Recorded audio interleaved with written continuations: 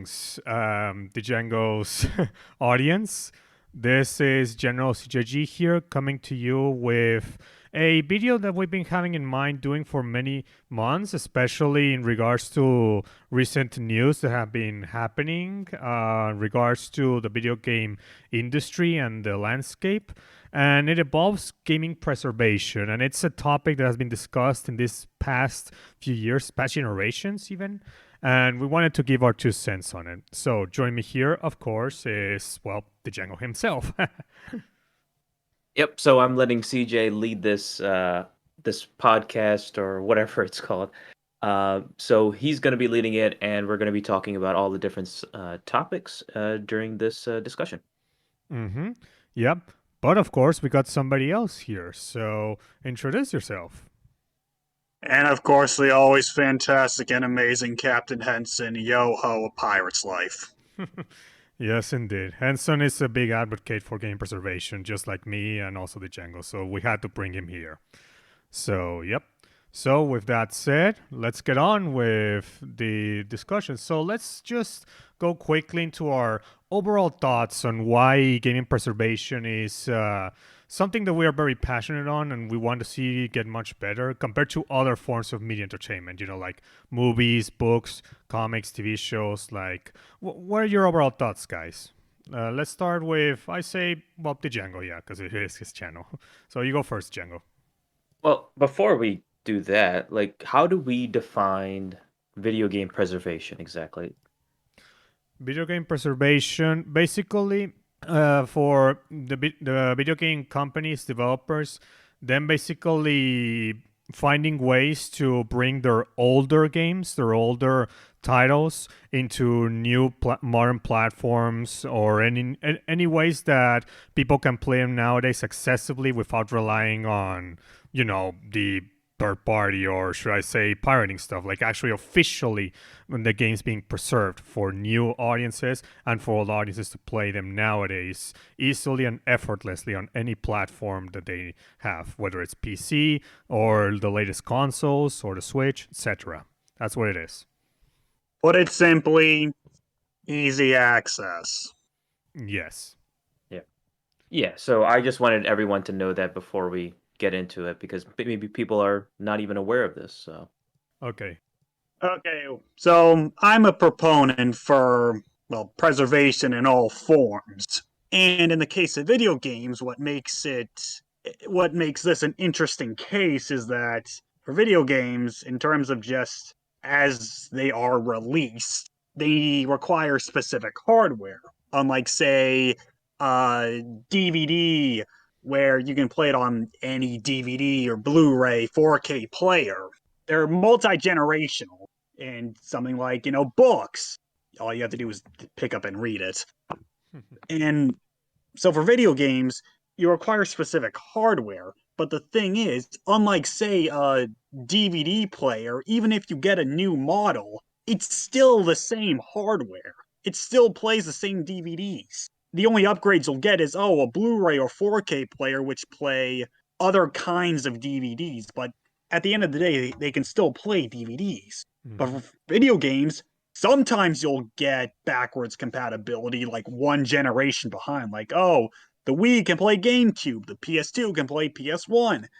But in terms of physically playing the games, backwards compatibility will only go as far back as one generation.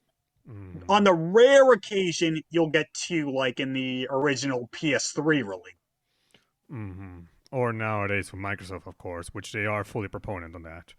So yes, that one's tricky because I always just considered the 360 just an upgrade to the original Xbox. I know it's its own console, but yes, point is, games are tricky, especially when you got, cartridge based, CD based. It just muddles the water. And because, unlike, say, a DVD player, video games and their hardware are built into the console itself. Probably, I don't know how to word it, but hopefully you know what I mean by that. let's also not forget that movies, no matter in what form they come out, video cassettes or DVDs or Blu-rays, it's still gonna be the exact same film. Like, doesn't matter what hardware you play, it's gonna be the exact same. Whereas with video games, the hardware matters a lot. Like a Nintendo 64 game or a Wii game, it's not easy to transfer to something like the Nintendo Switch or the PlayStation 4 or Xbox One, and it's different. So there's that And too. that's also another point where, because a lot of these games were made specifically for, specific hardware, naturally, I'm kind of redundant, but point is, because they were made for specific hardware, when you play them on a modern console, whether it, well, mostly through digital, you're not playing the original game. Not really. A lot of times you're playing an emulation of it. So, even in regards to preservation, it's tricky because even if you are playing, I don't know, say Banjo Kazooie or Super Mario 64, you play an N64 game on, say, the um, the Wii Store or the Wii Shop, you're not playing the game as it was originally made. You're essentially playing a copy of it. So, again, games, unfortunately, if you want to play games as they were originally meant for, you have to go to the original console and the original cartridge CD. But, and this is what can kill preservation, shit can be expensive. Really fucking expensive. Oh yes. So, a lot of the times when it comes to preservation, or in regards to you wanting access to it, sometimes you just gotta take what you can get, unfortunately. Because again, because of the nature of video games, if you want to play an older game but on a newer console, it's not going to be the same experience. Unless it's a really, really good version. Something like, for example, Banjo Kazooie on Xbox 360, where that actually is an enhanced port of the original. It's even better than the original in certain occasions. So, unless it's one of those cases. That's also another interesting point of you can have re-releases that aren't the original game. They either have enhancements, they have additional content. Hell, look at, say, Symphony of the Night, for example. The re-release we got in the Dracula X Chronicles is not the same version we got on the PS1, and then, of course, the different versions on Dreamcast and stuff. Like, the dialogue was completely re-recorded and changed. So if you want to play the original English release of that, you either have to get a PS1 or download it on the PS Store. Or an Xbox Live, which does have the version. The only thing lacking is the FMVs, fortunately. Yeah, so again, video game preservation is tricky because even if you say do preserve a game, it may not be the version you want to play. Or honestly, any or all versions might be a specific version or a brand new version. Mm-hmm. You can't have this shit happen with movies. And just look at the original trilogy theatrical cuts, for example. Mm. So, yeah. There's that indeed. So, the Django, what do you think on this? So, I'm with you guys. It's just that it's pretty tricky to. I mean, the whole rework process is very tricky process. It's not an easy thing that you can do overnight. And yes, you can get the original game, and that's what I would want. And then there's some cases where we play it on modern systems, and it's like we look at it and we play that game back, maybe 10 years later or something like that. And it's like, oh, I don't want to play this game. This doesn't fit my play style now. I'm looking for a more modern edge style. But some people want the original style. Some people are purists like that. Some other people want to look for the modern S style. And I respect both camps. Like I'm kind of like in the middle across that. And if you have something like I don't know how this plays out for every rework in general or remaster, whatever you want to call it. So for instance, like Halo 1, you had the Halo Master Chief Collection. And then there's an option where it's just a click of a button, you can go from the original mode to the remaster mode, which is in full HD, looks great, fantastic, and then you switch it, and you can go back to the old version, which is awesome, which is a great feature. You just press the select button and you change it, Mm-hmm. and it keeps to that resolution as well. So it's definitely a tricky process overall, but I do love that feature where they're kind of putting that towards remasters. I know it's rare to see that in games, but I feel like if game studios actually put time and effort to do that, I think it actually helps to bring people who are old school fans of those games and then new people to get back into those games as well. Mm-hmm. Going to the Master Collection, it actually took a while for them to actually get the full feel and features from the original Xbox version. I think it was until 2 years ago, like 2019, where they actually put all the features back and stuff, because Master Collection had a bit of a troubled launch and some development history. So it actually took a while for us to get the full Xbox version on MCC. It was actually the PC version with some custom changes and stuff, but now they actually patched in all the stuff to make it almost identical to the original Xbox version. In fact, even better than the OG Xbox, with the exception of obviously the missing UI main menu from the original Xbox. But other than that, the game itself is definitely intact, and yeah, so. But yeah, it took a while, but at least we got it. So, and it's now on Game Pass. So at least Halo 1 and 2, 3, 4, and all the others are definitely preserved, and Microsoft wants to keep preserving them in every form. We even have the backwards compatibility on the 360 Halos, so that's good too. So Yeah, and also adding to that too, it's like I like what Microsoft is doing, and I think they stopped supporting all the original Xbox games to the Series X for some reason. They they, just well, they've said that well, before in 2019, so I actually don't really trust them when they say, "Oh, we're no longer going to add more backwards compatibility." No, I actually think they're going to probably do it in the next Xbox anniversary. So, right, yeah. so Yeah, you never know. They mhm. might come back to it. But it's like it's what I like about it so much is that they're actually keeping like the original games, like the original Xbox games. They're putting them on Series X, and they're putting them in like a really enhanced resolution and actually playable. Because like I was playing just the other day, Indiana Jones and the I think it's the Emperor's Tomb. Yes. It was on the original Xbox and the Series X. Looks fantastic. I was trying to play it on my maxed out PC. I couldn't play worth shit. It looked terrible. So I have to give like respect for how they optimized it for the Xbox compared to the PC, because PC is a little bit more tricky when it comes to that. It just seems like there's some like older games out there that when you play it on the PC, you have to configure it in like these weird formats in order to like Yeah. get it to be playable, and it's just like it's too much of a hassle to deal with.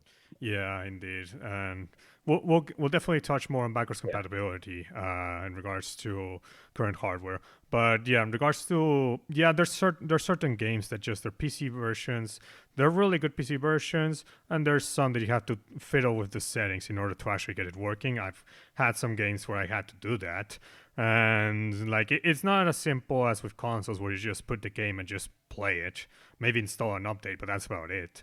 So yeah, that definitely is something worth talking about. So there's that. So any quick thoughts you got on game preservation before we move on to the next point? We can move on. Okay.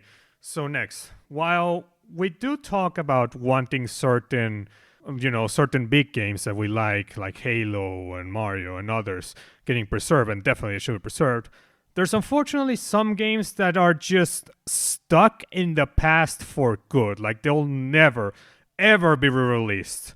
And the biggest reason is because, well, to put it simply, they're either because of licensing issues, like in the case of the James Bond 007 video games or the Harry Potter games, or, this one's for you, Henson, the Aliens vs. Predator arcade game from Capcom, because that's licensed and has like several publishers behind it, or the arcades of Time Crisis like 1 to 4, or one of my personal favorite arcades that I would love for it to get released even on PC with mouse and keyboard if possible, Star Wars Trilogy arcade. Like I wanted that shit released for years, and there's no way to do it.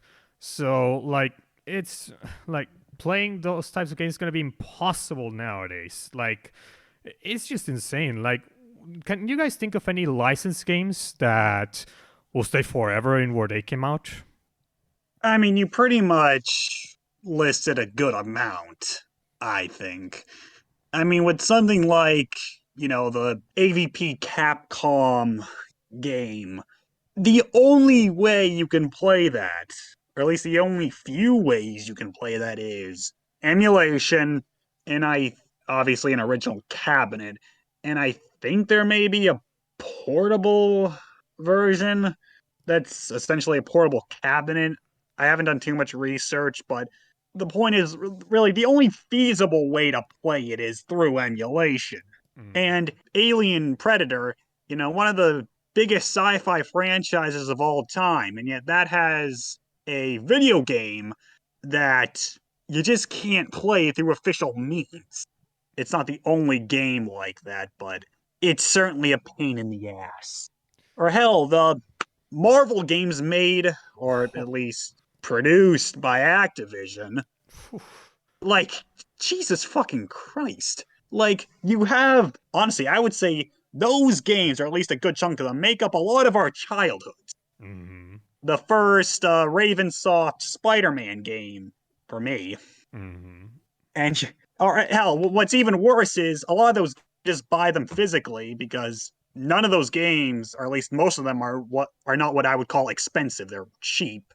But the DLC, that's gone. Yes. And for the modern consoles, because we don't have memory cards that can, be on their own, the only way to play that DLC, I guess besides PC mods, is getting a console with the DLC already downloaded into it. It's fucking insane. And it's Of course, even, I hope getting rid of, memory cards made people happy. That's the type of shit we have to deal with now. Or maybe not. I don't really pay it. I don't know the hardware specs of the current generation of consoles, but shit like that is a problem. And of course, DLC just adds this whole other fucking layer, but it's probably going a bit off topic there. Now, in regards to the Marvel games, I don't know if you guys knew, but they actually re-released Marvel Ultimate Alliance 1 and 2 in the mid-2010s. But because Activision's, I guess, rights to Marvel got expired, they were completely pulled out. So if you were one of the lucky ones to buy it when it was there on PS4 and Xbox One, well, your console has 2 awesome games, because I don't have them, and I doubt you guys also have them on those consoles. Probably have them on PS3 360. So yeah, shit out of luck. Those releases released with the DLC included. That I don't know. I would not be surprised if they did, because apparently they were remastered versions. So maybe they did. Yeah, you see, this is a good reason why Ultimate Editions, Gold Editions, etc. are a good thing. Because then you'll have shit like this happening. Mm, yeah. Ugh. Speaking of Marvel games from their Activision, there's so many that people like. There's X-Men Legends 1 and 2 by Raven Software, Spider-Man 2 on the PS2, GameCube, and Xbox. That is very popular and yet very difficult to play nowadays. There's, of course, Ultimate Spider-Man on PS2, GameCube, and Xbox, X-Men Origins Wolverine on Cage Edition, which is literally better than the movie. And there's also, well, of course, Marvel Ultimate Alliance 1 and 2. I already mentioned those. The Never Saw Spider-Man games. You already mentioned that, Henson. Okay, yeah, I want to make a quick correction. I said Ravensoft when it came to that. Yeah, no, it was Neversoft, so that was just a blunder on my part. Yeah. And also, of course, The Incredible Hulk Ultimate Destruction, which is the only good Hulk game as far as I've heard.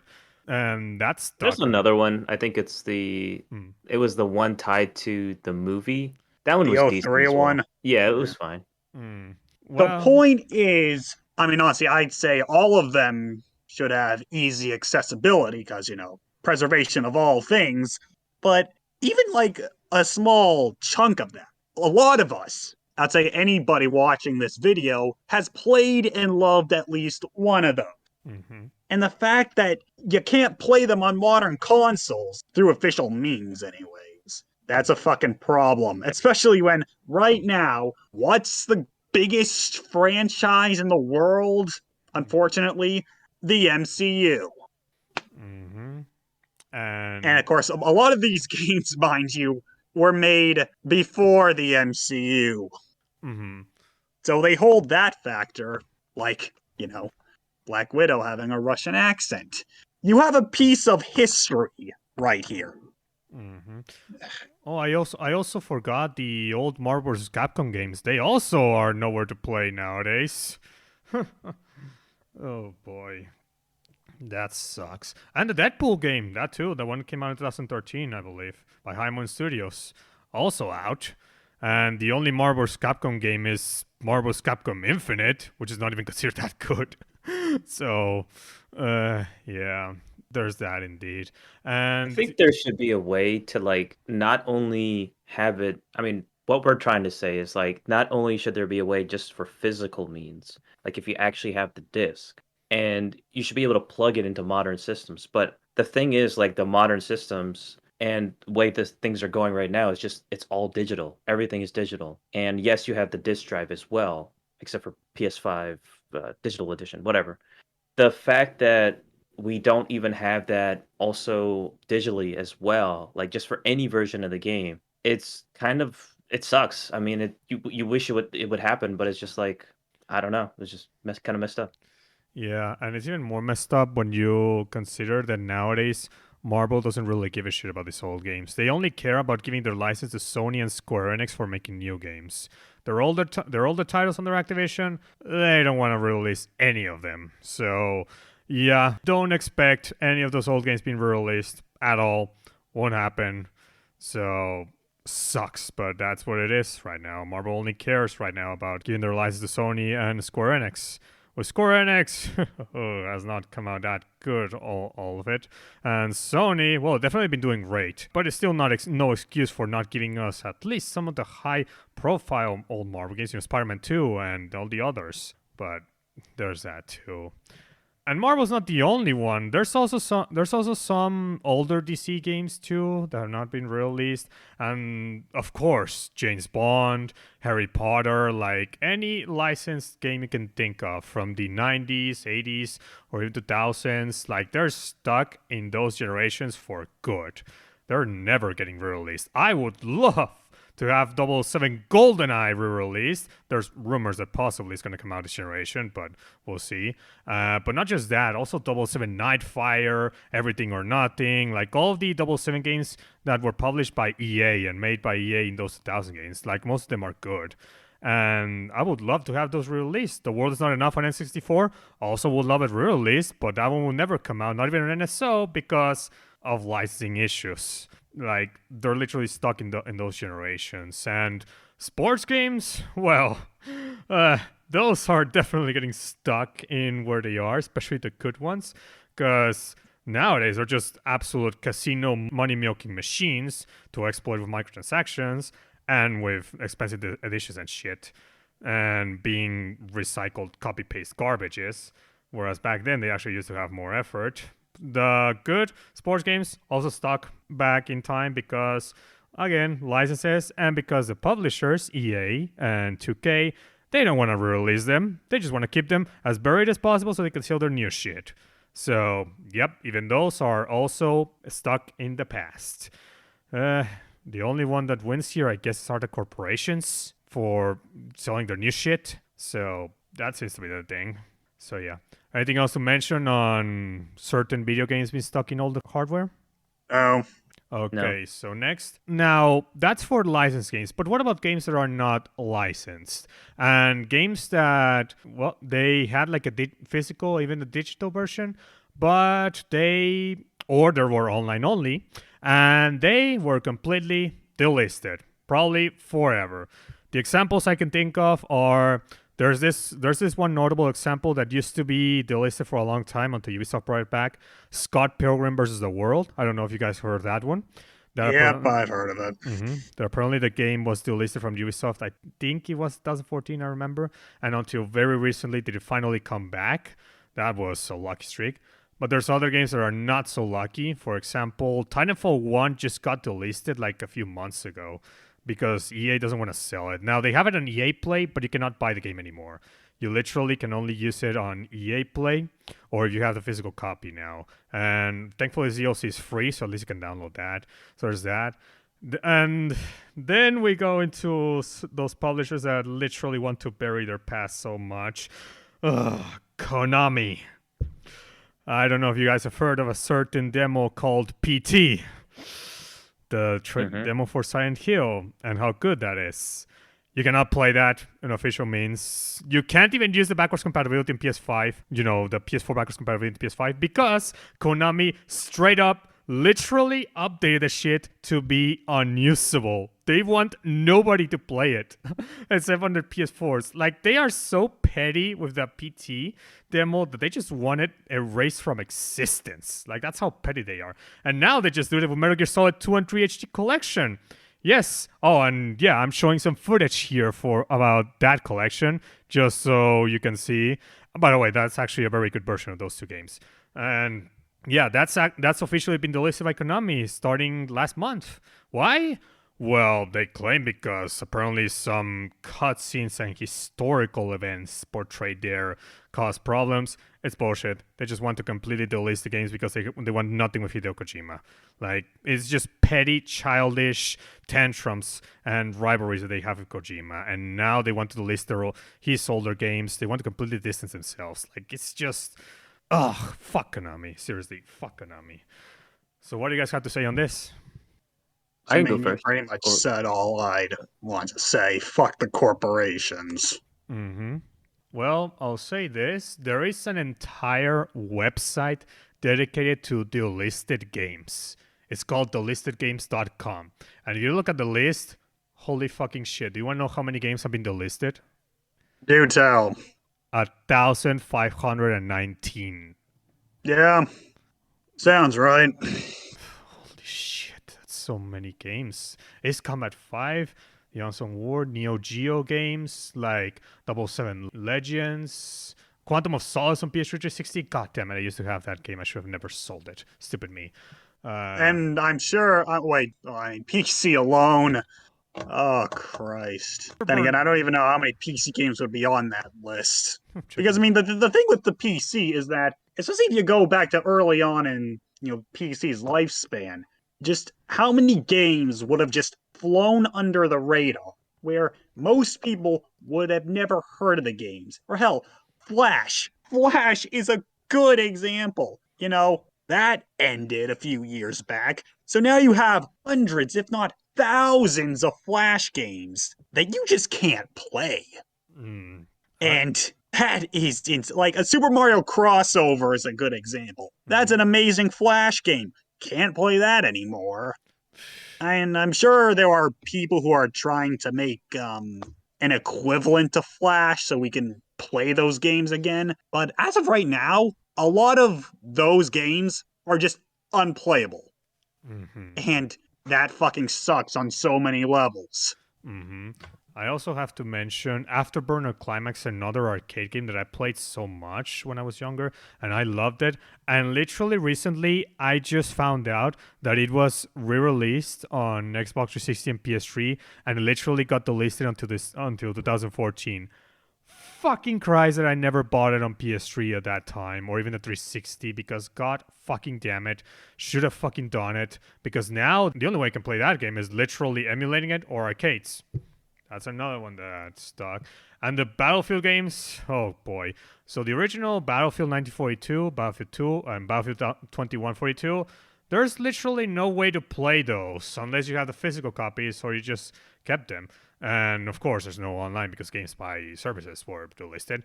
But yeah, like, oh, and I guess with Origin you could play it but except that service is crap. But yeah, the only way to play those, I guess, now is through the portal mode in Battlefield 2042. Yeah, that game's trash. Don't even bother. Yeah, like, Christ, there is like, oh, Battlefield 2, the original, actually you cannot even play it. Not even on Origin. So that game's gone. Christ almighty. Like, there's so many old games that are just no longer listed. And, like, oh my god. Like, Do you guys have any in your minds that you loved back then and you want to play now? It doesn't have to be licensed. It can be anything, and it's no longer being listed. I already said Super Mario crossover for Flash. Mm-hmm. I mean, in terms of that games you're talking about, I don't really have anything because all the games I played as a kid, Flash games on PC aside, were physical console games. Mm-hmm. So What about stuff like, say, some of the games released, I don't know, on the Game Boy or the Advance or the DS? What about that stuff? I can definitely think of some that have not been released, and I would just like to play them. Like the Game Boy Advance version of Star Wars Episode 3 is a fun one. It's not like the console version, it's actually different. So there's that. well, I can say I would like to play Castlevania The Adventure Rebirth because, as far as I've heard and from what I've seen, that is just objectively better than the original.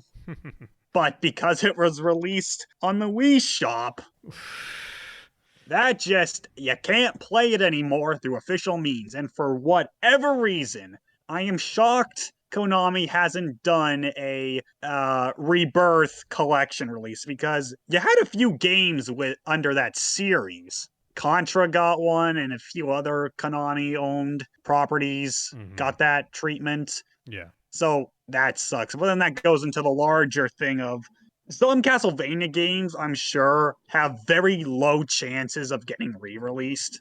You know, like Adventure Rebirth, Chronicles for the PS1, Legends for the Game Boy. There's another Kid Dracula. Oh, yeah. Um, the DS games, but given that we got a GBA collection, I'm sure a DS collection isn't far behind. Let's hope, because knowing Konami, they just hate gaming altogether, unless pachinko machines. I mean, I would say getting that GBA collection is a good sign because who saw that one coming? Not me. I certainly didn't. Yeah, so that's good. Hey Django, do you got any games you can think of that you played in your younger years? Can be any console, handhelds in particular, that you'd like to see released in some way or preserved? Yeah, I mean, you mentioned Battlefield 1942. I remember playing that on PC, and yeah, it's a very weird situation with that game because it's like it never got a re-release, nothing, not on Origin, nothing whatsoever, and it's like that's a cherished, beloved title, 1942, as well as all the expansions for it, and it's just like they're focused on the future games, crappy future games, and then they're like 2042 and stuff like that, but they don't even go back to that roots. And I mean, I know they did it with the Portal shit, but even then it's just like why not just have like the original game? You don't have to like remaster like completely do a remake or anything. Just give us the old game and that's it. That's all we want and play have online support done. That's all we need. Mm-hmm. Yeah. The only games that have been preserved of the old Battlefields are the ones from the Xbox 360 and PS4 and Xbox One through backwards compatibility. Thank you, Microsoft, for that, which we'll get soon. Backwards compatibility. I just noticed another batch of games that are licensed that will stay forever. The Dragon Ball games, especially Budokai Tenkaichi 1 to 3 and Budokai 1 to 3. Also, the Budokaichi collection, which literally has one Budokai 1 and 3. It's a good collection. I have it on PS3. I literally want it on Xbox 360. Literally, it's still listed. And then there's other Dragon Ball games from the 6th gen or even older that have literally not been released. And it's because they used to be published by Atari. And now it's Bandai. So the only games from Atari that have been released under Bandai is the HD collection, the Budokaichi collection. Other than that, we have not had Budokai Tenkaichi 1 to 3 released at all. And Budokai Tenkaichi 3 is considered top 5 best Dragon Ball Z games ever. Like, really fucking good. And it is really good. And that has not seen a release at all. It's stuck in the Wii and the PS2 era. Boy.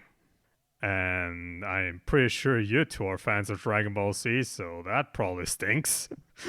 I mean, I'm only interested in some of the games, not all of them. But like I said, in terms of preservation, yeah, fuck that. Mm-hmm. Yeah, the Django. Have you played any Dragon Ball Z games on the 6th gen? Yeah, I mean, I played Budokai 1 to 3. I think it was no 1 to 2, I think. Mm-hmm. And yeah, played it on the GameCube back in the day. Oh, And nice. yeah, I mean, there's I would love to replay those games, but I would need emulation. But we're not gonna mention emulation. It was just Not yet, at like least. the fact that we're mentioning all these games says something that we can't even.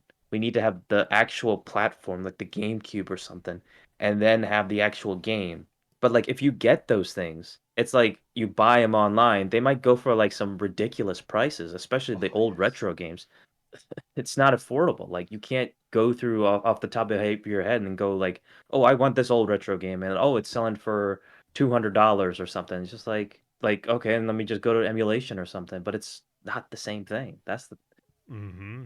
It's Yeah. just a problem overall. It is a problem. Licensing definitely is a big problem, and just sucks that the companies owning the licenses aren't just more forgiving and actually letting those games be preserved in some way. Another one, the Forza games. The Forza games have still not been on the backwards compatibility, and I've been clamoring to get some of those old Forza games, the Forza Motorsport and Horizon.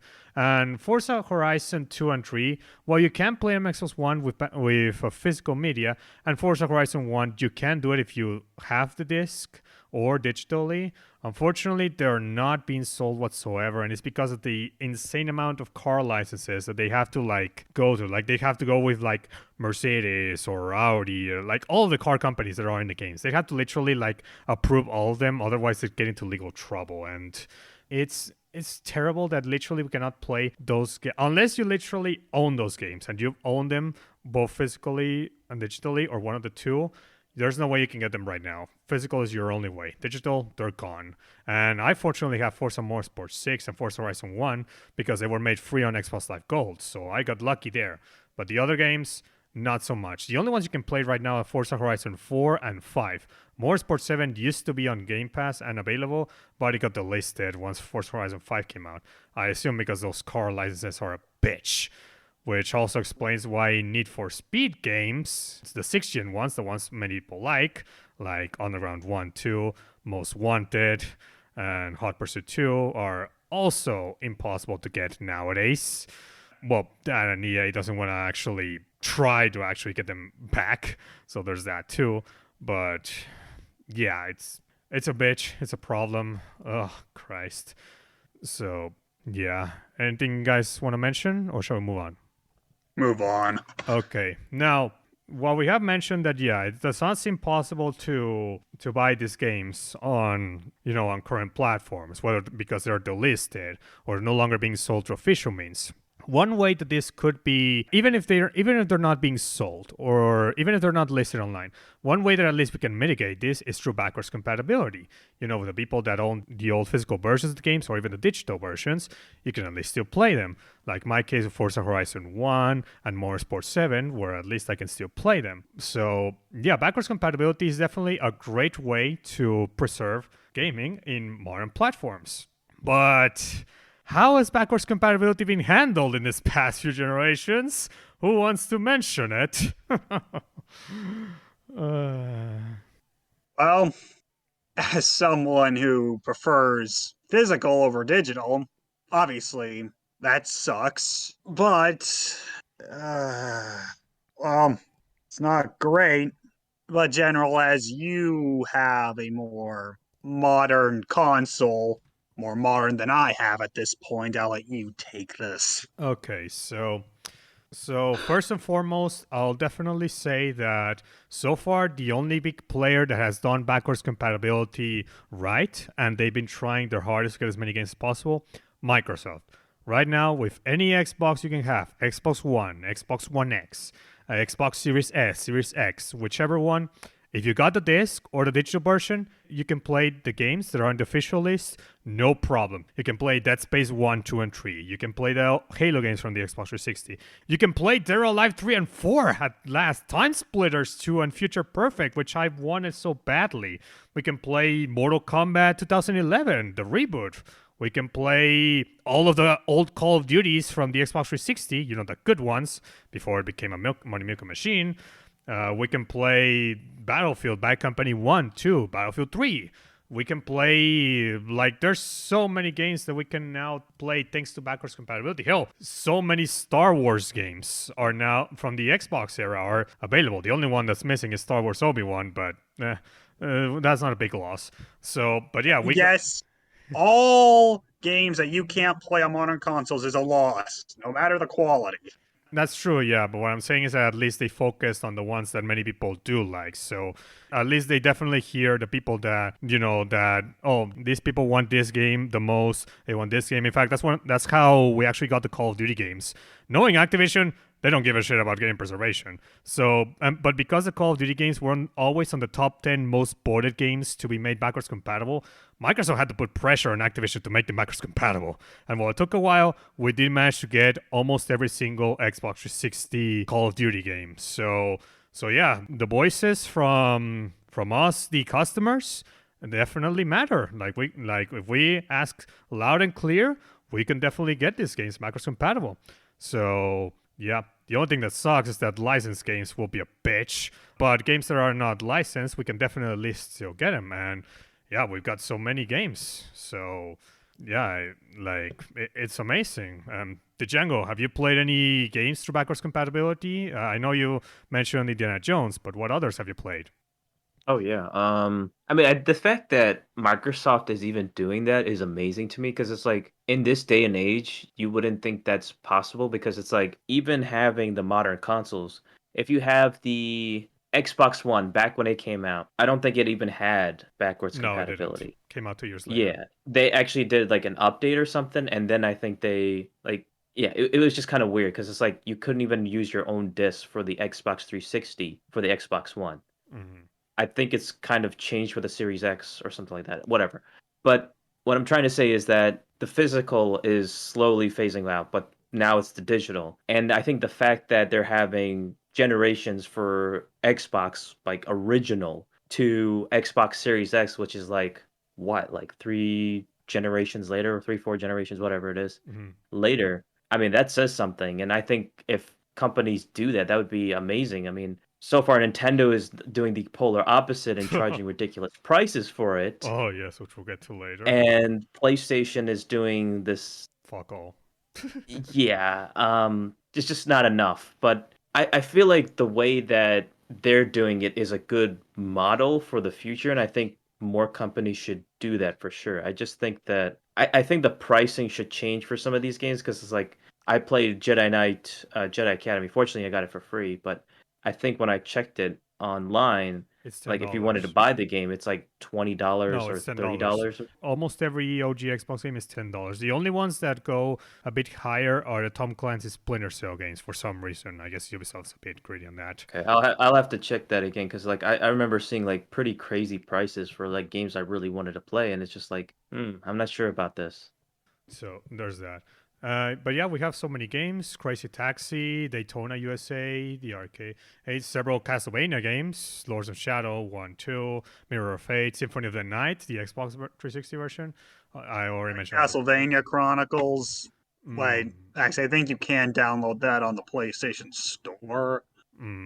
possibly. But point is, well, we'll talk about PlayStation Store or PS. Oh yeah, we'll talk about that soon. But yeah, in regards to backwards compatibility, yeah, Microsoft has definitely been pushing hard in getting as many games as possible. They've definitely been doing very well, and there's even advantages. They've actually increased the resolutions and the frame rates. There's some games that in their original hardware, like they just either they didn't look that good or they run like dog shit. Star Wars Knights of the Old Republic 1 and 2 on the OG Xbox and in the Xbox 360, that game couldn't even keep 30 frames per second, and the game looked blurry at times, especially in the longer distances. But in the Xbox One or Series X and S, it looks way better. It looks way better. You can even put it at 4K resolutions, and the frame rate is just so much smoother compared to how it was before. Like, it's just a huge improvement over the original. Like, and it's not even a remaster, and yet it plays so much better on newer hardware compared to the original hardware. So, like, it's unbelievable. Like, that they can literally make all of these games just much better while still using your old disc, your old versions. Like, that is impressive. And not many have done that as far as I know, backwards compatibility. So it's definitely impressive. And of course, Far Cry games and so many others have been Hitman, Injustice, Lego Star Wars, Max Payne, Metal Slug. So many games have been added to backwards compatibility. Some Rayman games, like it's amazing. So yeah. Now that's in the Microsoft side. But if you're not a Microsoft, well, okay. So let's go first with Nintendo. So Nintendo, what have they done in terms of backwards compatibility recently? Who wants to mention?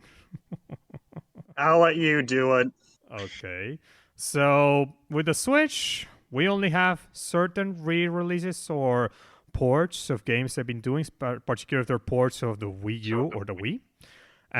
But older games, Nintendo Entertainment System, Super Nintendo Entertainment System, Nintendo 64, well, it hasn't really been. Let's just say you need to. They basically put their own version of Xbox Live Gold or PlayStation Plus, which is the Nintendo Switch Online. And while it is $20 a year, unless we go to a certain tier we'll talk to later, let's just say that'll be the only reason to pay to play those games, the NES, the SNES, and all the other retro games in there.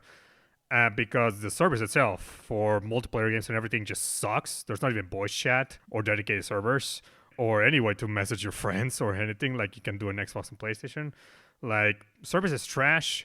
The only value would be those old games. But because NES and SNES games and Genesis are so easy to emulate and play anywhere else, even on your cell phones, the service isn't really worth it. Like, Nintendo should just make those games for free, honestly. It should just be included on the Switch service for free, and it should be like a lot of games. Like, it shouldn't really be just we'll just put them in this service. We're not gonna try of actually making any sort of backwards compatibility. So screw that. You can't even transfer your digital purchase from the Wii Virtual Console into the Switch. That's just gone. It stays on the Wii. So no backwards compatibility with Nintendo. Screwed. So that stinks. And Sony's side, oh boy. Okay, so you'd think Sony would be doing better work with backwards compatibility, given that they used to be one of the early companies that they used to champion backwards compatibility.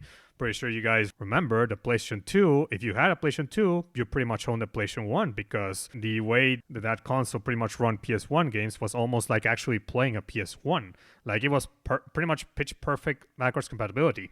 But starting with the PS3, the original models can play PS1 and PS2. Later models completely remove backwards compatibility. And the PS4 omitted entirely. And PS5 only has PS4 backwards compatibility. And that's it. And they do sell some PlayStation 1, PlayStation 2 classics on the store, but it's just digital versions. And if you didn't have them before, well, you're screwed. And your physical disc, fuck all, will not do anything on PS4 and PS5. So you're out of luck. So, yeah, that's the situation with backwards compatibility with the other two platforms. So what do you guys think of that? Okay, so, General, tell me, can you play the PSP Star Wars games through this Xbox backwards compatibility thing? I already know the answer, but I want you to say it. PSP? Yes, I just want you to say the answer. Okay, so PSP Star Wars games, PlayStation Portable. Well, there is this unofficial method that you can do using the Xbox Dev Mode. You basically pay $20 for the Dev Mode, access for it, and in there you can actually get an emulator called RetroArch, which you can pretty much play any non-Xbox console in that emulator. You can play Nintendo Entertainment System, Super Nintendo Entertainment System, Genesis, Master System, Game Boy Color, Game Boy Advance, PlayStation 1, PlayStation 2, even GameCube and Nintendo 64 in there. You can play anything with that dev mode, like, no problem. And because you're paying the $20 for the dev mode, Microsoft has no real intentions of delisting it. The only reason the dev mode would get unlisted is because of, the Nintendo and Sony not being happy that their games are being played on their rival competition through, in their eyes, it would be on let's just say they wouldn't like it. because they don't really like it when their older games are being played through unofficial means, which we'll get to much later. But yes, basically, yeah, the Xbox Series S and X, you can literally play almost anything. The only reason you cannot play Xbox on RetroArch, the dev mode, is because they have the official backwards compatibility. So obviously, RetroArch, the guys in charge there, they don't want to put Xbox there because that will definitely be a problem. But you can play pretty much anything with RetroArch dev mode, like anything. I even played 007 Nightfire with it. Hell, State of Star Wars viewers, for those wondering, Episode 3, Revenge of the Sith, before it became backwards compatible a few months before, when I had to use that in order to record footage for defending Revenge of the Sith, it was actually the PS2 version that you saw. I just got clever with the editing and made it seem that it was the same version. So I pretty much got very clever in getting footage for that while also managing to get the cutscenes up res and everything. So I just pretty much was clever with that. That was the only option. If it had become backwards compatible much earlier on Xbox, I would have actually been able to record there. But because it wasn't, I had to get through more, well, other means to record footage for that video. So it was a big help. So yeah, does that answer your question? Okay, so the point there was that some games you can only find officially on PSN or the PlayStation Store. The PlayStation, so I don't know why I said PSN. Like the PSP Star Wars games, Renegade, Elite Squadron, Lethal Alliance. And right now you can either get them on the original PSP or download them through the store. Mm-hmm. So if the store goes down, the only way you can officially play those games is by getting a PSP, which I'm sure is something nobody really wants to do at this point. Not saying it's a bad console. I had it. Didn't have a DS. Point is, do you really want to get a PSP? Point is, that would suck. Mm-hmm. Yeah. Oh, speaking of Sony's mentality, so there's one quote that Jim Ryan once said in 2017, back when Microsoft was definitely pushing the Xbox One backwards compatibility hard, especially when they just got Red Dead Redemption and Call of Duty Black Ops 2. So he said, when we dabble with backwards compatibility, I can say it is one of those features that is much requested, but not actually used much. That, and I was at a Gran Turismo event recently where I had PS1, PS2, PS3, and PS4 games. And the PS1 and PS2 games, they looked ancient. Like, why would anybody play this? You see, this is the problem. People like him, because that has to be one of the dumbest things I have ever heard. So out of touch. Mm-hmm. If games... think of, say, I don't know, whatever top 50 games you can think of that are the best of all time. Do those games hold up and are considered best of all time because of their visuals, because they age gracefully graphically, or is it because they're actually good games and no matter how they look, they will always be legendary for everything good that they did? Which one do you guys think it is? Pretty obvious which one. Guys, it's like, yes, you do have idiots, and I do call them idiots, who will not play older games because of, say, the graphics. Now, control-wise, that's a different story. Controls can really make or break a game. But when you play an older game, you put yourself in the mindset of this was released at a certain time. So it's not going to be like a game released today, because if you honestly believe that, you are a moron, and I don't care about your opinion. Mm-hmm. Yeah. Django, thoughts on that?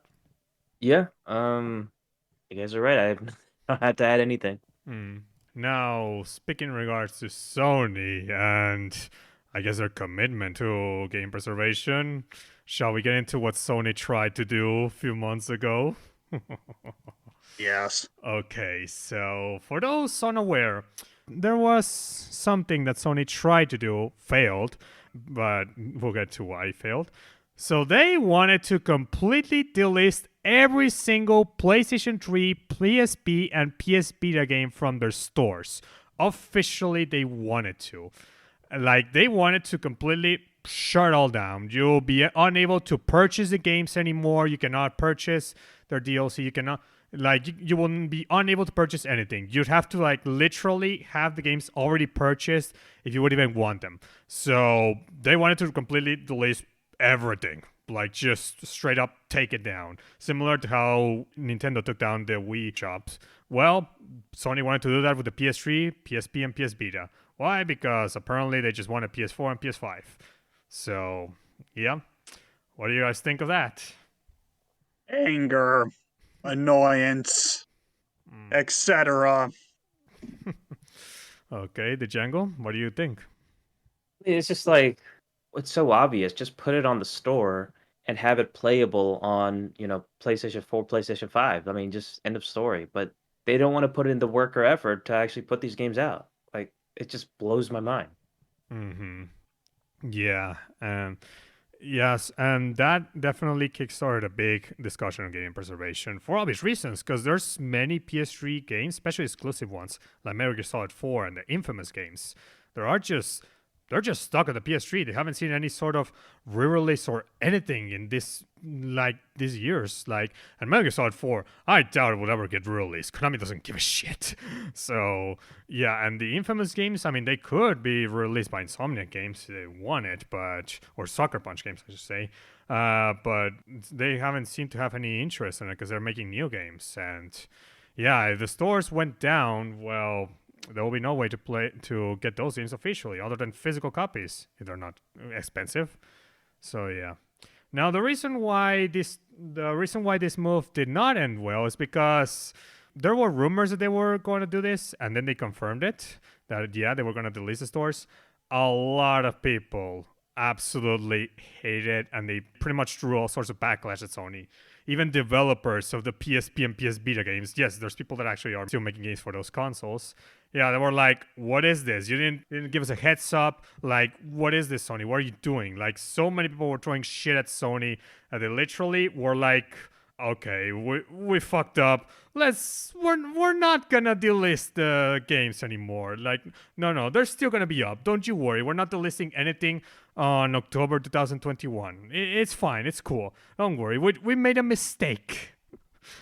Yeah, that happened. Apparently, the backlash got so severe that Sony had to completely reverse their move. Now, there's probably likelihood that they will eventually, who knows how long or when, that they will indeed delist the PS3 and PS Vita stores. The PSP did get shut down, but the PS3 and PS Vita, there will be a possibility that they will delist those one day. When? I don't know, but it certainly will probably be more sooner than we think. So, thoughts on that, guys? Yeah, I pretty much said what I need to say on this. Okay. Now we get to the next point. So, yeah, we talk about how remasters can be really good for especially games especially for when there's no backwards compatibility or the old games are being delisted. Remasters can definitely help. But what if those remasters are not only the only official way to play those games, but also it's so bad to the point that the original publisher completely delists the original versions for this new remaster that is a piece of shit. Yeah, I'm pretty sure some viewers can see where I'm coming from. The Grand Theft Auto Trilogy Remaster. The Definitive Edition. Yeah, that's what it's called. Yeah, so do you guys know what happened with that Definitive Edition? Oh, yes. Rockstar decided to delist the original releases and have this definitive edition be the only way to play those games, which in and of itself is stupid regardless of how the definitive edition actually turned out. And, well, we all know how it turned out. Mm-hmm. It was a This is dumb. And like I said, even putting quality aside, even if the definitive edition was amazing and actually lived up to its title, that is a problem because there'd be no way to play the original games on PC unless you want to get them physically. I don't know how expensive they are, but that is always an option. It just makes things harder. It honestly does baffle my mind. You want people to play your game. And I'm gonna be honest here. And of course, we all know that Rockstar knew this game was gonna turn out bad. So this was just them trying to get as much money as possible out of the product. Let's be real here. People, gamers, see that this definitive edition sucks. They are not going to buy it.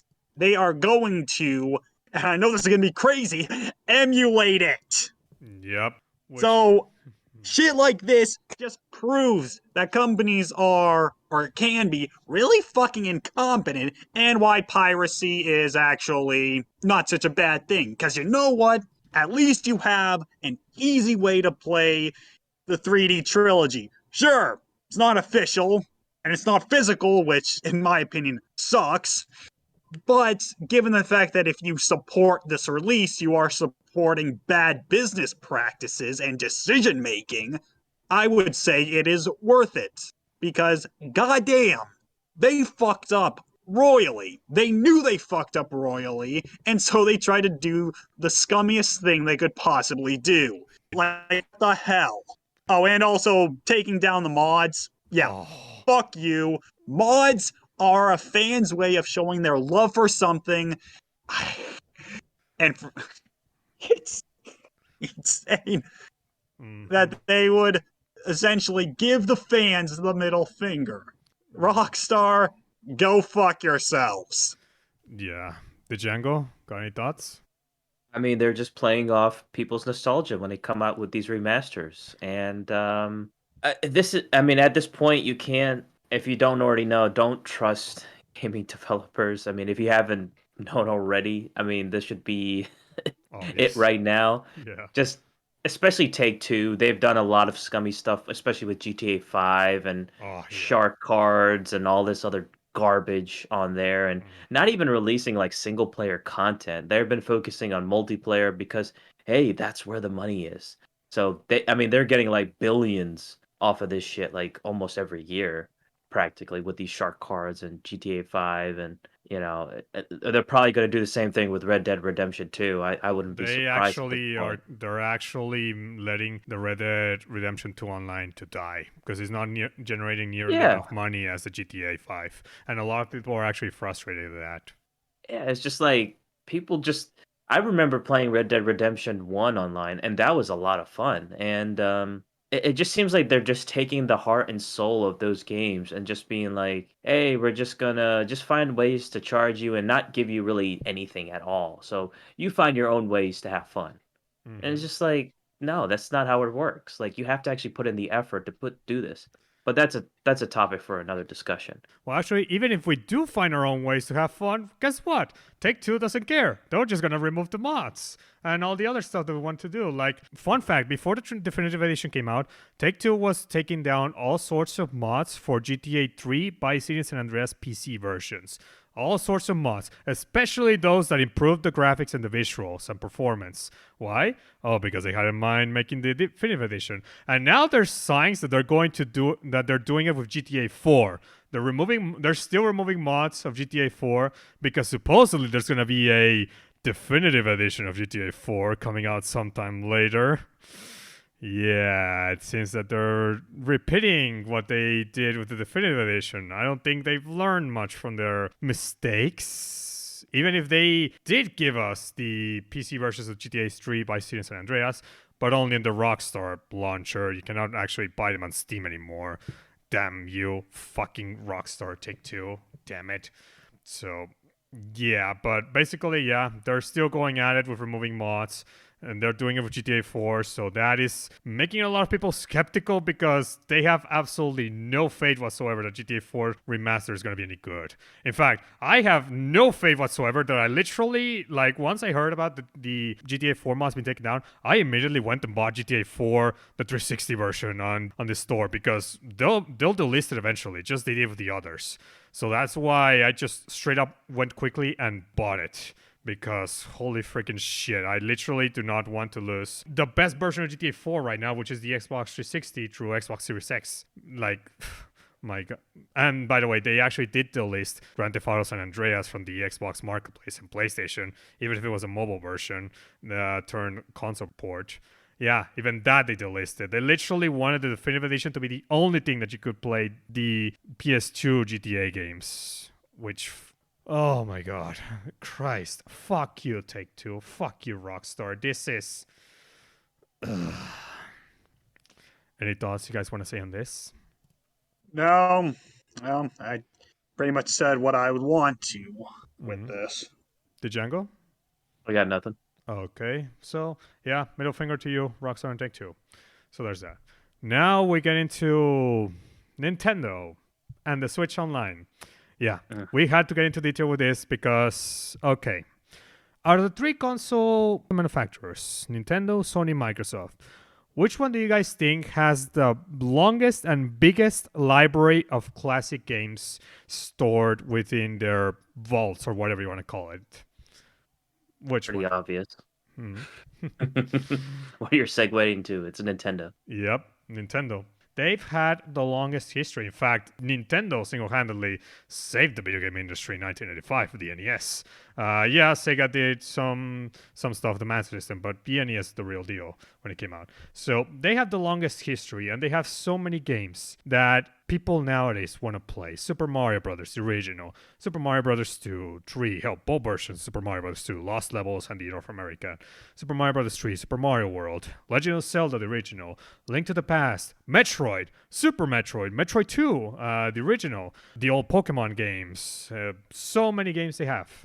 And their way in which they're handling to preserve those games is to Switch Online, and it's been trash. I already mentioned before that the Switch Online by itself, in regards to services, as in online multiplayer, lack of voice chat, and lack of messaging and stuff, it sucks. And also that you need a phone to even use voice chat or messaging, which also sucks. But on top of that, so how they deal with the retro games in regards to the pricing, performance, and of course, the approach in which how they give us games. So, okay, so they started with the Nintendo Entertainment System. I think it was 20 NES games when they first started. So they are giving us I think it's 3 to 4 NES games a month, or they used to, or 2 months. I don't know how long. And well, it's been a slow drift. So much so that, considering that there's 700 NES games that exist, we only have, in total of NES games, we only have 58. So 60 in average out of the 700 NES games that exist. And we haven't seen a new NES game in months because of the next batch of games that we're going to discuss. So yeah, NES, only 60 games as a whole. Not much. And there's so many games that are stuck in the NES era. Hell, we don't even have Castlevania 2 and 3. I think we'll have the original. Granted, maybe Konami has released them, but there's no Castlevania on Nintendo Switch Online. And Teenage Mutant Ninja Turtles, well, that's no. Apparently it's not here for some reason. Super Mario Brothers, we do have the Lost Levels 3. I believe we also have the second game. Yeah, we do have it. Okay, so we do have that. We have Metroid, but there's a lot of NES games that are just missing. A lot of them. And when we go to Super Nintendo, which I say that's a library I definitely want to play more than NES, even though NES still has plenty of games, because Super Metroid appeals more to me. They only have 50 SNES games, and the total of Super Nintendo games that exist is 1,000. So, yeah. Oh, and by the way, we also have not seen a Super Nintendo game in months. So, yeah, what do you guys think so far on that? Hearing you go through all that pained me greatly. I'm all ears. It's just so fucking baffling that with the library that they have, we only have a tiny fraction of their content. Mm-hmm. And it's it just angers me greatly. The Django, thoughts on this? Yeah, I mean, out of all the 3 services, Xbox, PlayStation, and Nintendo, because the sucky thing is that you have to pay for these services in order to play online. or access the store in order to buy games and stuff like that. That's the only reason I use it for, the second one. The PC, however, you don't have to do that shit. I just want to put that out there. Mm-hmm. Once you do this system for Nintendo, it's definitely the worst of the bunch because it's like, yes, you spend money, like the least amount of money compared to the other systems, but it's like you're not really getting anything out of it, like nothing whatsoever, just to access online and stuff. It's just like it feels so pointless in the grand scheme of things. And plus, like the retro games you mentioned, it's just like it's not worthwhile at the end. Mm-hmm. And given that NES, NES, and Genesis are very easy to emulate, literally these games don't really have any value. Like Nintendo, if they're trying to sell them, it should be like $1 for each. It shouldn't be $4 to $5 each, like they tried with the Virtual Console. And like it should be like $cents because they don't really have any value because of how much they've been re-released and emulated for many decades. But Nintendo's trying to like make these games be like, oh yes, you can with Nintendo Switch Online, you can play all of these old games that you can literally play anywhere else for free. Like, credit to Microsoft and Sony with their Xbox Live Gold and PlayStation Network. At least with those, you actually get games that are difficult to emulate. You know, Xbox 360 games, Xbox One games, even OG Xbox, PS4 games with PlayStation. Like, at least they actually give you games that you actually do need to have actual copies to play legitimately because emulating those is more difficult, especially the more newer the game is because how much more demanding it is hardware-wise. Like, at least credit those. They actually give you games that actually are worth spending the money on the service. Nintendo, it's only giving you ROMs that are easy as hell to emulate anywhere else. Like, they have no value. Even for $20 a year, that's not really any value. And their service sucks. Like, it's the worst in terms of online matchmaking, in terms of playing your friends online, and in regards to their games, they have no real value. Like, the $20 a year is just, it stinks. You can spend $20 a year on something much better. Like, it just sucks. And so, but that's NES and SNES. So, okay, so now we get into oh yes, so This is where the real fun begins. yes, so what we talked about was Nintendo Switch Online, the base version, the $20 a year with the NES and SNES. But now we get into this expansion pack. Yes, taking the name of the expansion pack from the N64. And with that, they're charging $50 a year for Nintendo 64 games and Sega Genesis games. $50 a year. That's literally $10 less than Xbox Live Gold or PlayStation Plus. They're extremely close to literally knocking the doors of Xbox and PlayStation with that price. And what do we get for $50 a year? Well, let's get on with it. So Sega Genesis, let's begin with that. Because you think being Sega Genesis, easy to give us a lot of games. And Sega has 878 games on Genesis. So how many did Nintendo give us? They gave us 19. 19 Sega Genesis games. 19. And no, we don't even have Sonic 1 and no Sonic 3 or Sonic and Knuckles. And we also do not have TMNT Hyperstone Heist or many other Sega Genesis games. Oh, we don't even have Comic Zone. So, yeah, that's Sega Genesis for you. And yes, you can play so many of those easily, so this is worthless. No, the real reason to pay the expansion packs for the Nintendo 64 games. Now, Nintendo 64 emulation has existed for many years, but there's certain games in there that are difficult to emulate and to get properly, with Paper Mario being one of those, which we'll get to soon. And yeah, so Nintendo, this was their chance of finally giving us an official way to play Nintendo 64 games, especially because emulation with N64 is hit or miss. Depending on what emulator you use and how powerful your hardware is, it can be a problem. So how did Nintendo begin this? Well, they started by giving us just 9 Nintendo 64 games. Mario Kart 64, Super Mario 64, Legend of Zelda Ocarina of Time, Star Fox 64, Dr. Mario 64, Yoshi's Story, Winback Cover Operations, and Sin and Punishment. And that was it. That was how they started this. Just 9 and 64 games. That's all we started with for this $50 a year service. That's what it started. And until now, they just gave us Paper Mario and Banjo-Kazooie, one per month. And the N64 has a minimum of 300 games, and we only have 11. That's how much we have. What do you guys got to say on that? I mean, I would say all the things that I've said before can be said again here. This goes into a larger problem when it comes to modern day Nintendo. Thinking back to the Mario 3D All Stars collection bullshit. For Nintendo just really wants to squeeze as much money out of us as they possibly can, all the while putting in the least amount of effort. Mm-hmm. Or pulling bullshit like having a release only be for a limited time because, Oh, God. yeah, ain't that a fucking great way to get Celebrate sales, scare tactic. Mario. Oh, FOMO. Yeah. It's like, you are so better off just playing these games for free. Or better yet, well, okay, in a lot of cases, getting them physically would cost a hell of a lot more money, but hey, you're not supporting this bullshit, so. Well, there's actually another reason why you want to go physical with the actual 64, because guess what? As if the price increase and the lack of games was bad enough. The ones they gave us, they don't work properly.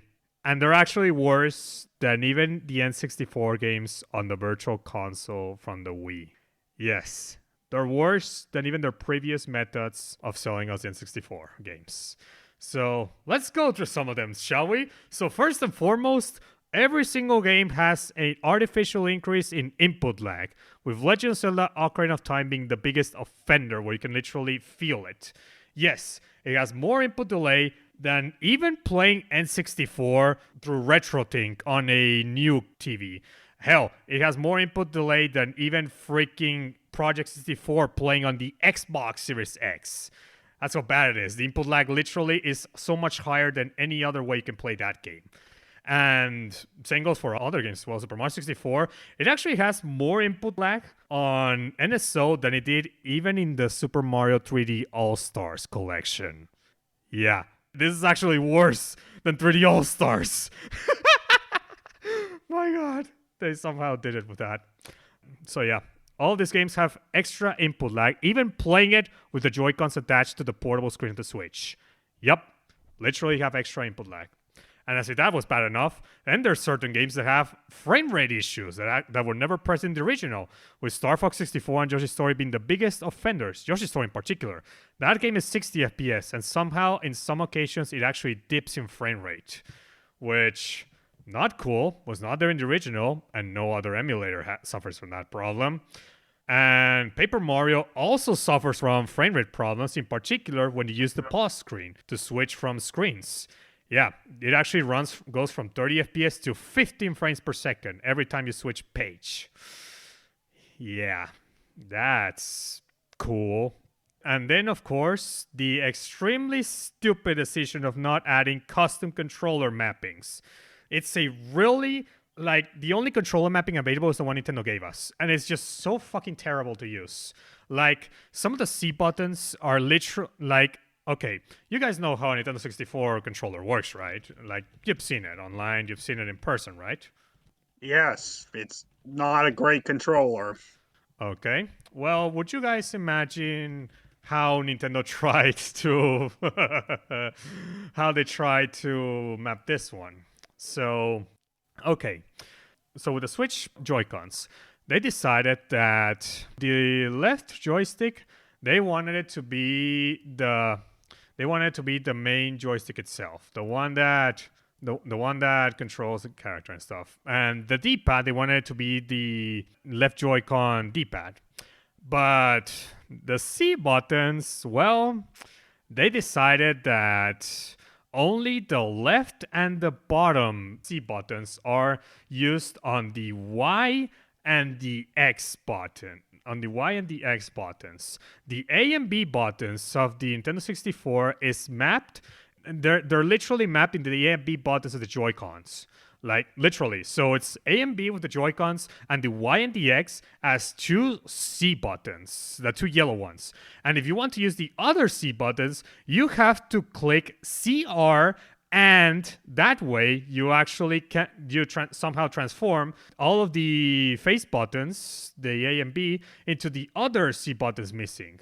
So that's how it works. Oh, and also, for some reason, if you want, and also to use the C button, is with CL. Not CR for some reason, it's CL, the left button.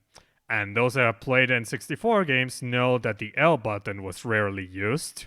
The R button was the one that was used the most. So, yeah, that's cool. So, yeah, so guys, that's the controller mapping. And yeah, I've been showing you guys here the image on screen. And so, yeah, what do you guys think of this controller mapping? You know, the N64 controller, like I said, not a good controller. It is so weirdly designed. The thing is, though, because it is so weirdly designed, having or mapping another controller to try and fit it, I'm sure, is hard because the games were made with that layout and just that in mind. But this is ugly. I do not see how this would be comfortable to play at all. Yep. It is ugly. Like, this baffles me on so many levels. Like, first and foremost, the CL should have never been the C button. It should have been the R button. Especially if they're supposedly going to release 007 GoldenEye on NSO. Like, can't you imagine shooting with the L button instead of the R button? Oh my god, that's gonna be horrible. And not to mention, and trying to move the camera, like with GoldenEye, you have to use the joystick and the C buttons at the same time. But because the C buttons, there's only two available on the Joy-Cons, and the only way to get the other four is by pressing CR, that is gonna be awkward. It's gonna be horrible. And one way they could have solved this to give us custom controller mappings where we ourselves can map the buttons ourselves to the Joy-Cons at least. But because that's not a feature that has yet to be implemented, the only way to play NSO games with something close to the N64 is actually buying the Nintendo 64 controller for NSO, which has been scalped to no end, so good luck getting it. So, oops. Yeah, so much for when you said, Henson, the controls can make or break a game. Well, will this make it or break it for you? I can't imagine playing any N64 game with this controller. As much as I don't like the N64 controller, it works in you get used to it, but this Yeah, it's terrible. So controller mappings are an issue with Nintendo 64 and NSO. But so yeah, that's a problem. Another problem is Nintendo, they literally forgot that some games use the controller pack for certain features, like save features, because there's some games that actually you need the controller pack by requirement to save the game. For example, 007 The World Is Not Enough, and NFL Blitz, and BHM. Win Back Covered Operations, which is on NSO. You cannot save on that game because Nintendo forgot to put a ROM that literally registers you having the controller pack. uh-huh. Yep. Oh, and Mario Kart 64 also requires the controller pack to save ghost data for the time trial. So, yeah. One feature of the game removed. So, yeah. Oops. Well, ain't that a fucking who? Yep. So that blows. Oh, and by the way, Super Mario 64 was one of those where the 3D All-Stars one actually had Rumble, but the NSO version does not. And it's because they're using the North American one instead of the All-Stars, which was based on the new update Shindo version, which did have Rumble. Which sucks they couldn't find a way to implement Rumble, but there's that. So, yeah.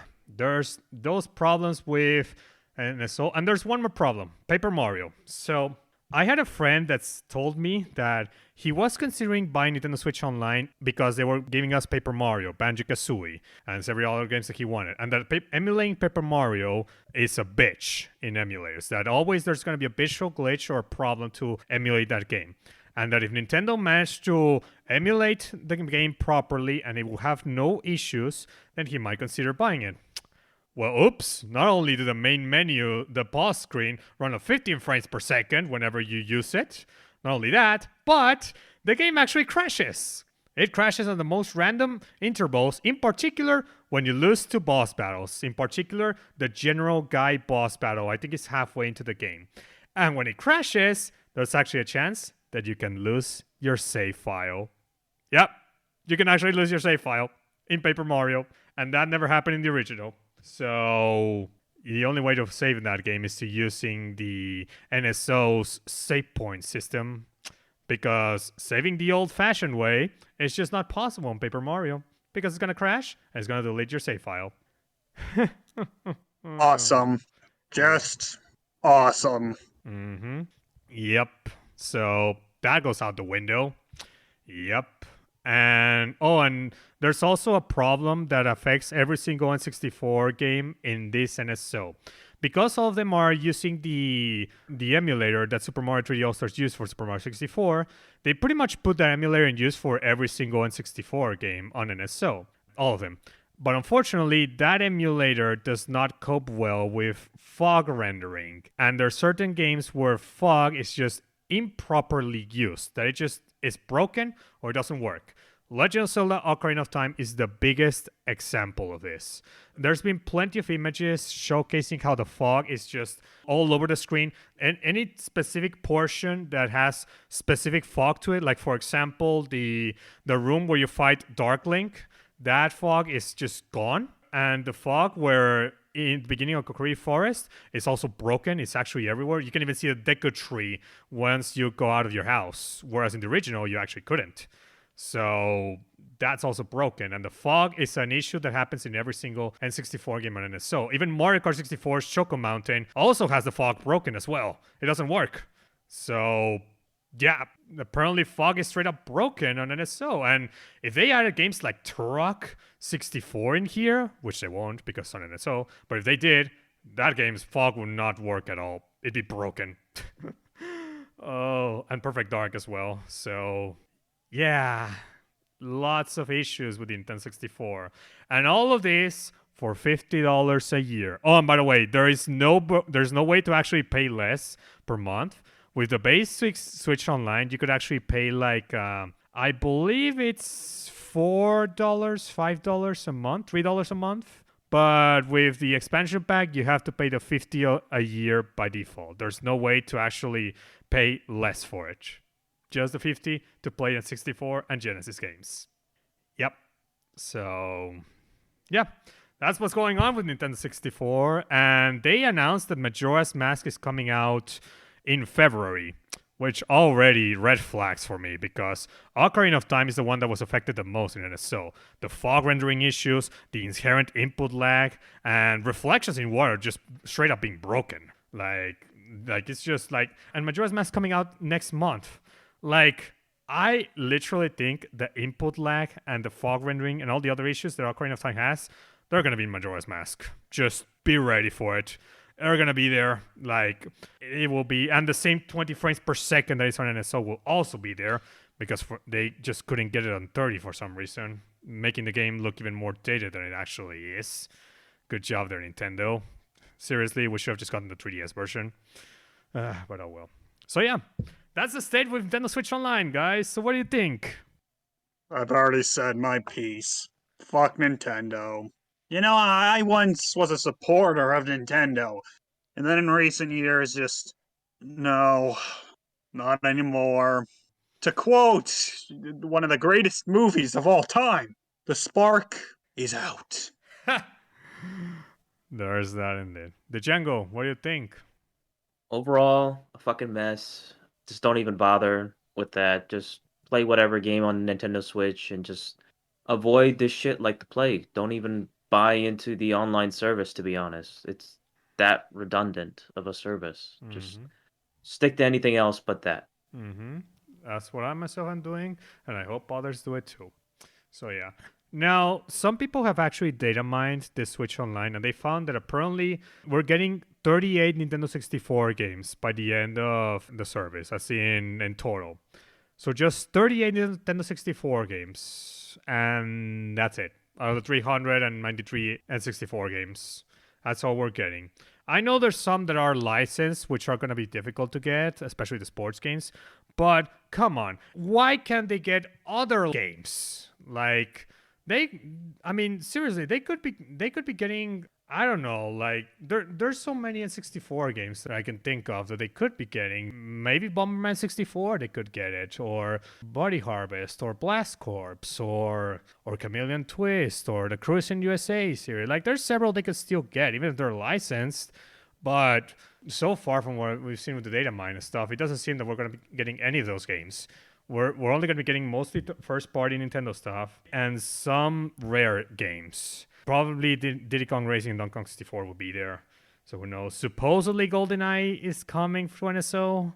Supposedly. We'll see. But yeah, so far that's all we're getting. Like it just stinks that they cannot do more than just, like, we're not even at 100 with NES and SNES. Not even 100. And already we're not getting any games for those. We're just getting N64 at this point. Or maybe Genesis. Like, just... Christ. It's just a slow drift fit and not one that's worth it. Just play the games anywhere else. Even if it's emulation. Just do it. Or even getting the original hardware, especially for the N64, is so much more desirable. Just do it. Seriously, at this point, go ahead. So, yeah, there's that. Anyway, so anything else to mention, guys, on this? No. Okay, so quick update in regards to the Nintendo Switch Online. Yes, Nintendo did fix several of the Nintendo Switch Online problems, like the fog rendering, input lag, etc. with version 2.0.0 that included Majora's Mask. But this is still no excuse to fully praise Nintendo, as this should have not only never happened in the first place, but we still don't have fixes for the other Nintendo Switch Online problems, like the lack of a custom button mapping for the Joy-Cons, or the no controller pack issue making games like Winback impossible to save progress without save states, or the shitty Nintendo 64 online multiplayer, etc. Not to mention, even if they fully fix NSO later on and add the other 26 remaining Nintendo 64 games, it's still not enough to justify the $50 per year service, as NSO still gets its ass kicked by both Sony's PlayStation Plus and Microsoft's Xbox Live Gold, which both cost $60 per year and are way better in nearly everything NSO tries to do, from online multiplayer to game-specific community hubs, voice chat, player lobbies, cloud saving, proper messaging system, built-in gameplay recording and uploading, special deals, worthwhile free games, etc. Oh, and Xbox also has Game Pass Ultimate, which includes Xbox Live Gold and much more, and it's the best gaming service you can have right now. So, why spend this much money on this flawed drip feed of N64 games for NSO when you'd rather just emulate these games on the Xbox Series S/X with RetroArch, or get an actual Nintendo 64 with a bigger game library than NSO will ever have? Or better yet, let fans make excellent free PC ports of these N64 games like they did with Super Mario 64 and are currently doing with Ocarina of Time. You are way better off doing anything else but paying for the $50 NSO tier. Seriously, just go and do anything but spend this much money on this tier. Yeah, so this is it for this update. Back to the video. Now we get into the final topic on this, and it's in regards to emulation. So we discussed a lot of emulation, and we give it as major praises for being one of the big ways to preserve games.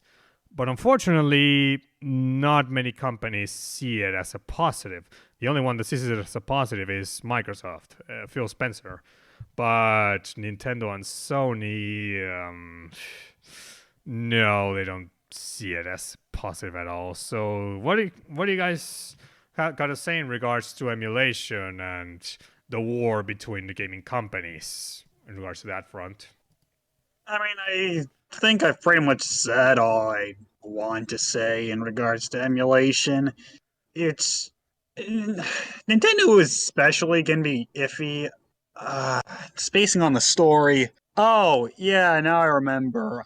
For the original Metroid Prime, I think, originally the team wanted to have Super Metroid be the downloadable game in there, but they were using a third-party emulation of it. Nintendo, of course, didn't like that, so they gave them their own emulation of the first game. I don't know how that really how third party emulation really affects anything, but Nintendo is Nintendo. They can make decisions that don't make the greatest sense or have any logic to them. For whatever reason, they just want to make playing their games as painful as possible. Sega does what Nintendo don't, am I right? Yeah, Sega's actually more willing to let ROMs and even fan games drive, whereas Nintendo, they just shut them up. They just shut them down whenever they want. Like, okay, there's been several websites that hosted ROMs of Nintendo that literally have been delisted, or they were scared from Nintendo's wrath because they were going after other websites like Love ROMs, Love Retro, and let's just say they literally have been forced to delist all the Nintendo games. Like Cool ROMs, Emu Paradise, they used to have a lot of Nintendo ROMs, but ever since Nintendo started their warpath against websites hosting ROMs, they pretty much got scared and they literally took down all of the Nintendo games. In fact, I think they had to take down other ROMs as well, but Nintendo was the one that they had to remove the most. And since then, they've been just going after others websites that host ROMs. Like they just been going on a freaking warpath. And fan games, oh god, don't even get me started on fan games. Like there's so many Nintendo fan games and mods that literally get stumped. They just get stumped by Nintendo. Like one of my favorite fan games ever, another Metroid 2 remake. Yes, I was going to mention that. That got shut down a mere day after it came out because Nintendo, they think that if it uses their IP or their characters, it's illegal. Take it down. Like that's what they think. They take down any sort of fan games, even if they're free. Even if they're 100% free, they take them down regardless. AM2R was one example. Super Mario 64, the PC port that actually came out, the link the video hosted was actually taken down by Nintendo as well. So that stinks too.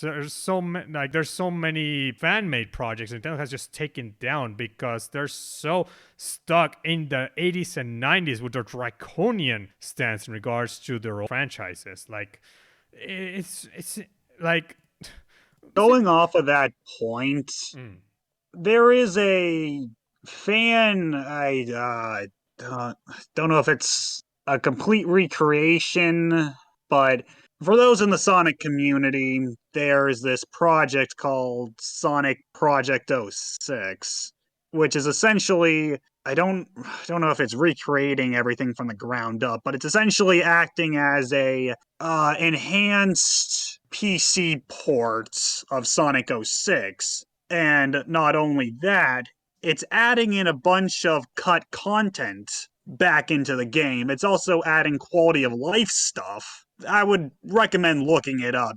The project looks absolutely amazing. Mm-hmm. But the point I'm trying to make is Sega and Sonic Team are open to fans creating stuff and have hired fans to make their own games. Sonic Mania. Yeah, but Nintendo won't. And this whole topic does relate to their views on emulation. I mean, hell, look at how many times Sega has re-released their older games. Mm-hmm. I mean, of course, we have the many fucking Sonic collection releases over the years, and then we have, other Sega collections. Nintendo doesn't do that a lot, and when they do, they're either bare bones, like the Mario All-Stars release for the Wii, a complete ripoff, like the Mario All-Stars release for the Wii, or are the definition of a cash grab, like the 3D All-Stars. Or they just botched it up some way, NSO. Yeah, they offer the fans nothing worthwhile anyways. Mm-hmm. So why would you support them in that case? You Yeah. have no reason to support Nintendo. They suck. The modern Nintendo, anyways. I mean, you got a few things, but they're just making a lot of bad decisions making. And hell, even going back to a few years ago, remember when anytime somebody wanted to do anything with Nintendo on YouTube, Yeah.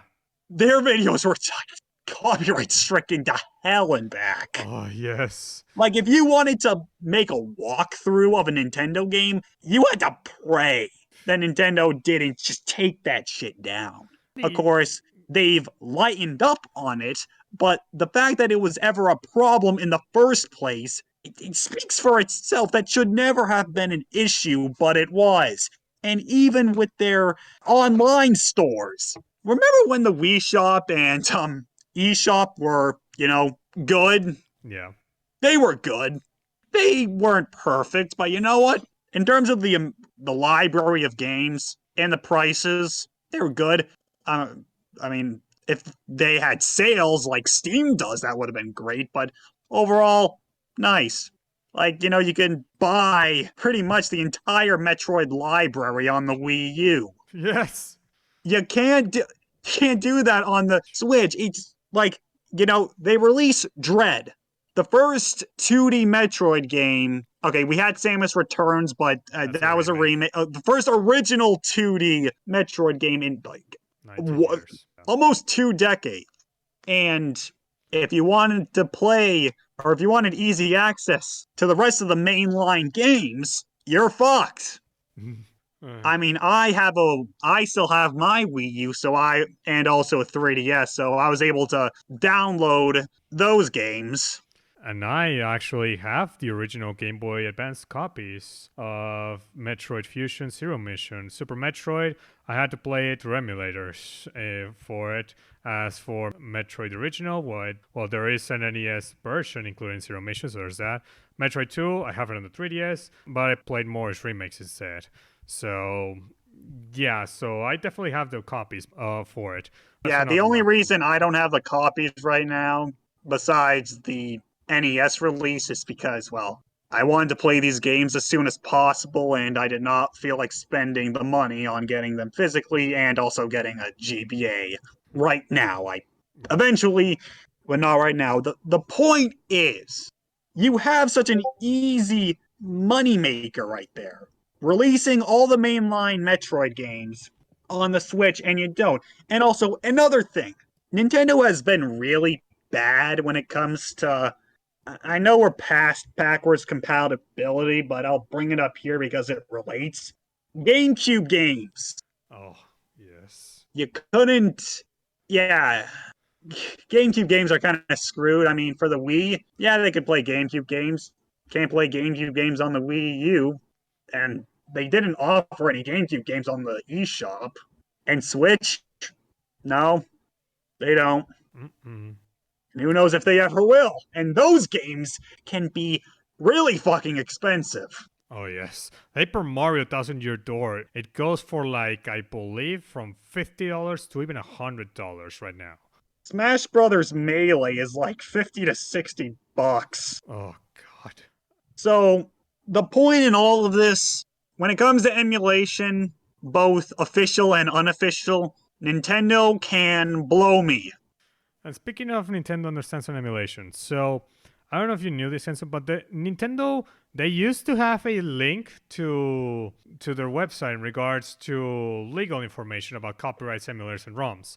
It's been taken down, I assume, because Nintendo, because they've been starting using official emulators themselves. So, and this page actually talks about emulators as a whole, so it probably would look hypocritical if they still had this up. But thankfully, I have the Wayback Machine, so I can still get screenshots for it and I can still read through it. So don't worry, guys. So I still saved it, and I'll read through it here because this just speaks about how much Nintendo literally treats emulators. So, ready, Henson? This is probably gonna get your blood boiling. Okay, so how does Nintendo feel about the emergence of video game emulators? The introductions of emulators created to play illegally copied Nintendo software represents the greatest threat to date to the intellectual property rights of video game developers. As is the case with any business or industry, when its products become available for free, the revenue stream supporting that industry is threatened. Such emulators have the potential to significantly damage a worldwide entertainment software industry which generates over 15 billion annually and tens of thousands of jobs. Blow me down. It's the same shit with people making videos on YouTube involving Nintendo stuff. Oh, if people see gameplay, then they're not gonna want to buy the game, which is like bullshit because games aren't movies or shows. If somebody wants to play a game, they are going to buy it. It's and threat to jobs. Go fuck yourselves. They are not gonna cause that much of a problem because people who want to buy them are going to buy them, and people who weren't going to buy them regardless were not gonna buy them regardless. And not to mention, a good chunk of these games are not even being re-released. So the only way is emulation. So there's that too. Not to mention, emulation has plenty of quality of life improvements. I mean, hell, look at Dolphin. Mm-hmm. That's a great way to play a bunch of Wii and GameCube games. And God forbid Nintendo put as much effort into their shit as products released for free. It is insane. Like, look at AM2R. One guy put more effort into that, and it took years, mind you, than Nintendo did with Mario 3D All-Stars. That cost like $60. You can even argue that AM2R is actually better than Samus Returns. I think it is, but both games are good. So you can even make the argument that the guy. I mean, even regardless, Samus Returns did have, quality. It did have effort put into it. Yeah. What I'm saying is that both they took effort, but only one is getting. Well, actually, Samus Returns is still stuck on the 3DS. It's not even been released on the Switch. So yeah, the two Metroid remakes, you can't really play them on the Switch. Or even a PC in the case of AM2R. Not to mention, you can't even play Samus Returns on the Wii U. And the Wii U had this really stupid thing where you couldn't download 3DS games, which I think is just dumb. It is. But regardless, Nintendo is just dumb. I'd say let's just get to conclusions. There's nothing more for me to say with this. Okay, so quick update here regarding the Nintendo situation, and that is that they have just announced that starting March 2023 they will officially shut down the Wii U and 3DS eShops for good, and that in August 2022 you will be unable to add any funds to your Nintendo eShop account in any way. And to make it even worse, Nintendo said that they have no plans to re-release or resell any new and retro games exclusive on those platforms, save for, of course, making them available on the Nintendo Switch Online, which as we all know, it's a big load of crap and does not have every game we want. So now Nintendo fans have an official time limit to get any games they want in the 3DS and Wii U eShops. Newcomers to Metroid that want to officially play all Metroid games, go get a Wii U and buy all 2D Metroid games in there as well as the Prime Trilogy. People that want to play the definitive version of Ocarina of Time, you have to hunt down a Nintendo 3DS and buy the game before it gets delisted in 2023. Fans of Nintendo Land or Kirby and the Rainbow Course? Well, I hope you got a copy of them physically or on the eShop because those will stay on the Wii U for good after 2023.